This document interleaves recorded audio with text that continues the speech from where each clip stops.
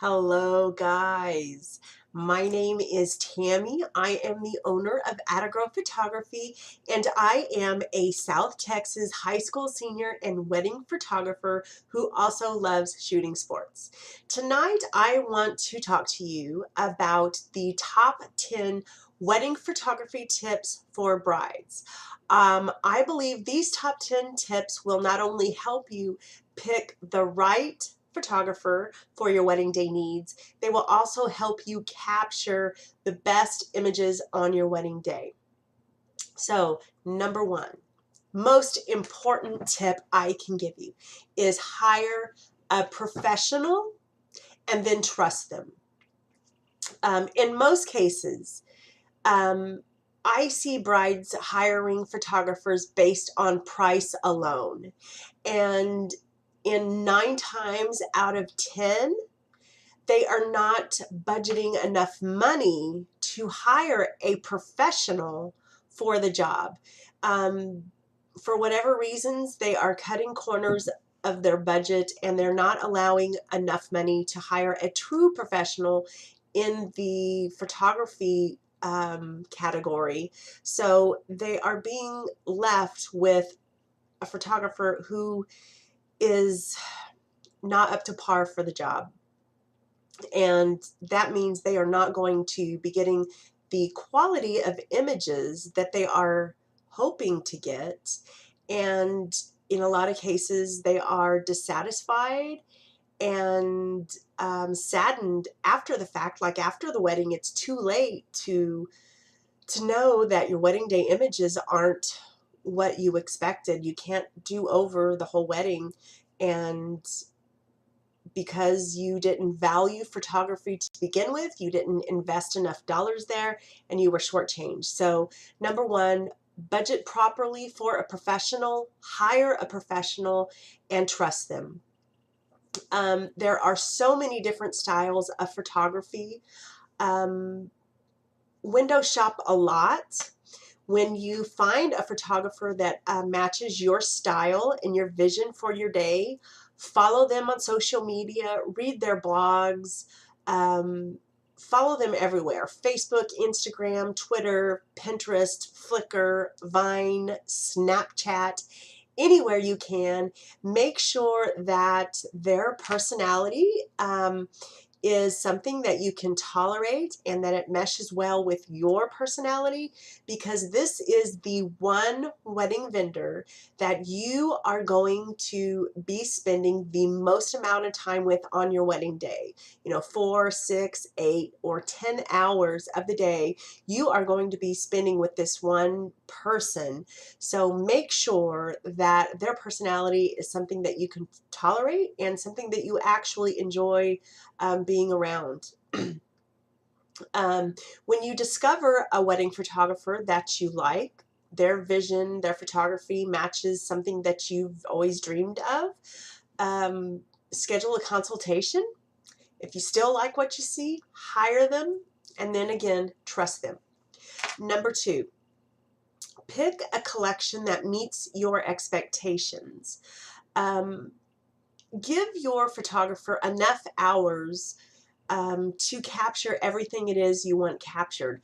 Don't hire them for 4 hours and expect to get getting ready shots, detail shots, ceremony shots, reception shots, and sparkler exit shots all within 4 hours, because that's not going to happen. Start working with them. Start working with your photographer, or hopefully you've hired a wedding planner. Start putting down your timeline so that you know when you want coverage to start and when you want coverage to end. And that will give you a great idea of how many hours you're going to need to hire your photographer for.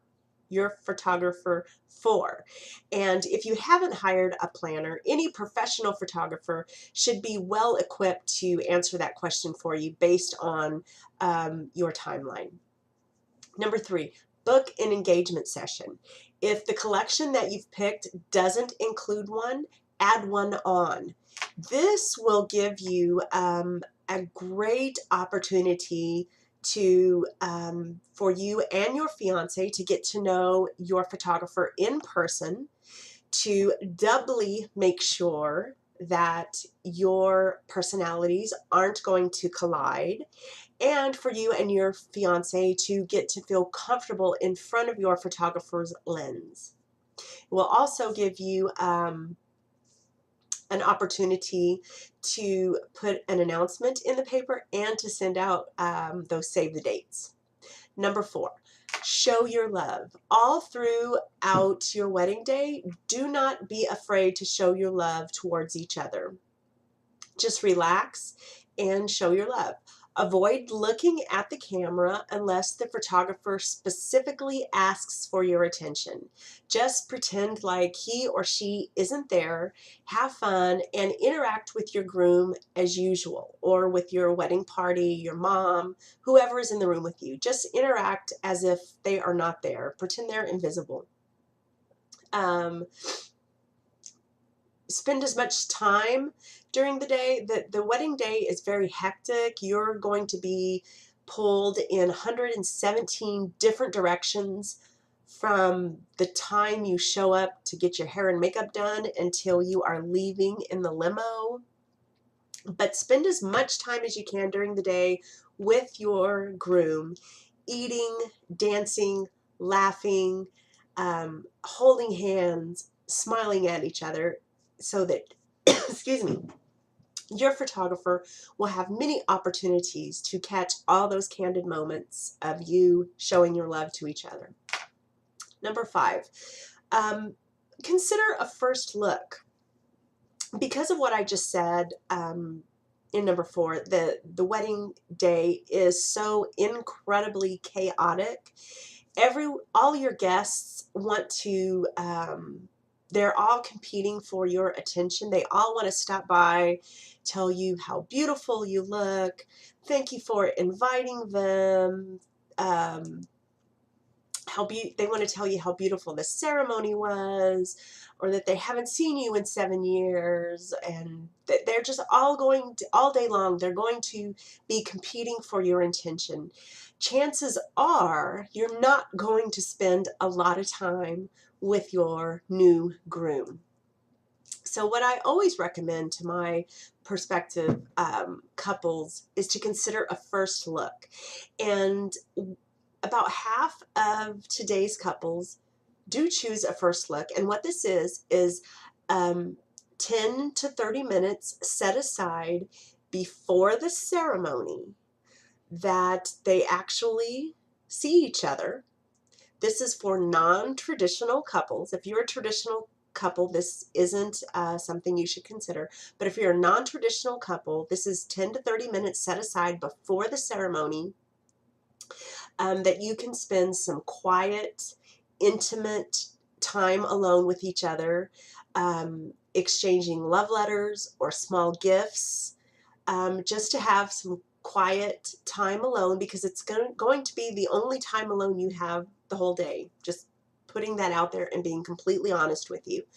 And we will turn it into a short portrait session to get some really romantic portraits of you guys, and then we'll let you spend 5 or 10 minutes completely alone, just enjoying each other's companies. If you do choose to have a first look, you can also put all of your family and bridal portrait formals ahead of the ceremony as well, since you've already seen each other. And then after the ceremony, you can go straight to the reception, cut right through that cocktail hour, and go straight into the reception if having fun is a priority for you. So that eliminates having all of your family portraits and formals after the ceremony. Number 6, hire a photographer who includes a second shooter. This will allow different angles of simultaneous moments to be captured. Imagine that first look. If your groom has his back towards you and you're approaching him, you walk up to him and gently put your hands around his eyes and he turns around to look at you, the main photographer will catch the bride's face. The second photographer will catch the groom's face. Imagine, you know, being able to document both of your reactions at seeing each other in your bridal gown and him in his tux. Without a second shooter, that isn't possible. So consider hiring a photographer who includes or is able to add on a second shooter. 7, avoid trendy shots. I am just one who prefers timeless, classic, just very clean photography. I have never been one that enjoyed photography that was trendy. You know, unless you are a paleontologist, I just don't understand why you would want a photo of a 65 million year old dinosaur chasing you in your bridal party. I just don't get it. So you're not going to put that image in your photo album. You're not going to hang that on your wall. So just don't waste time doing it. Avoid those trendy shots. Number 8, make sure your family and friends are introduced to your photographer, or at the very least, assign someone to make sure that your photographer knows who all these important people are. Your photographer isn't going to know who Aunt Edith is and who your first grade teacher was. So make sure that you put someone in charge as a go-to person who can help your photographer and point out all the special people to her are, so that she knows who to photograph, so that after the wedding, when you're looking through the images, no one was overlooked on your special day. Number 9, have fun. This is probably the best tip because there is no such thing as a perfect wedding. Early on, I want you to put it in your head that you will have fun on your wedding day. I don't want you to let last-minute hiccups change your perspective on the day. Allow minor details and insignificant problems just to roll right down your back. This is your day. Relax, soak it all in, enjoy it. Take a deep breath and do what you were meant to do, to just look beautiful and marry your fiance. And then my last tip is to get your future husband to follow his 10 tips for the day, which I will post next week. So with that, those are the 10 tips for all the brides to ensure that your wedding day images are the best that they can be. If you liked this video, please share it.